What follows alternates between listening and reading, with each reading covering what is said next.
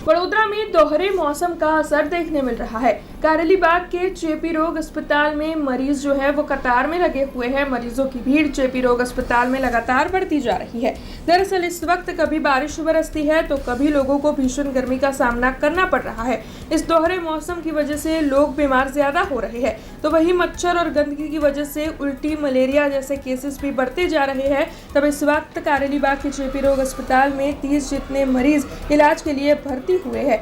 हालांकि वहां के डॉक्टर की ओर से लोगों से ये अपील की गई है कि शुद्ध खुराक ही इस वक्त उनकी ओर से ग्रहण किया जाए, जिससे कि इस तरीके की बीमारियों को रोका जा सके। तब इस बारे में डॉक्टर आर.बी. चापानेरिया क्या कह रहे हैं, आइए आपको सुनाते हैं। जो અત્યારે ચોમાસામાં વરસાદ પડે છે, વરસાદ બંધ થઈ જાય છે અને એમાં રસ્તામાં ખાડા ખાબોચિયા ભરેલા હોય, એમાં મચ્છરનો ઉપદ્રવ થાય, વત્તા પાણી ખરાબ આવે, એના લીધે પાણીજન્ય અને મચ્છરજન્ય રોગો થાય છે।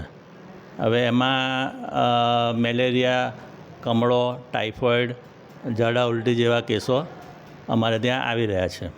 હવે જુઓ, મચ્છર ના કરડે એનું ધ્યાન રાખવાનું। મચ્છરદાનીમાં સૂવું જોઈએ અને ચોખ્ખું પાણી પીવું જોઈએ। ક્લોરિનેશન કરેલું અથવા તો પછી ઉકાળેલું પાણી પીવો તો આ રોગ ના થાય।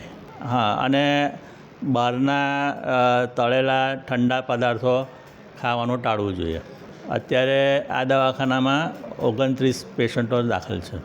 હા, એટલે આ ચોમાસાની ઋતુ દરમિયાન અમારે વધારે દર્દી આવતા હોય છે, એ પ્રમાણે અત્યારે પણ વધારે છે।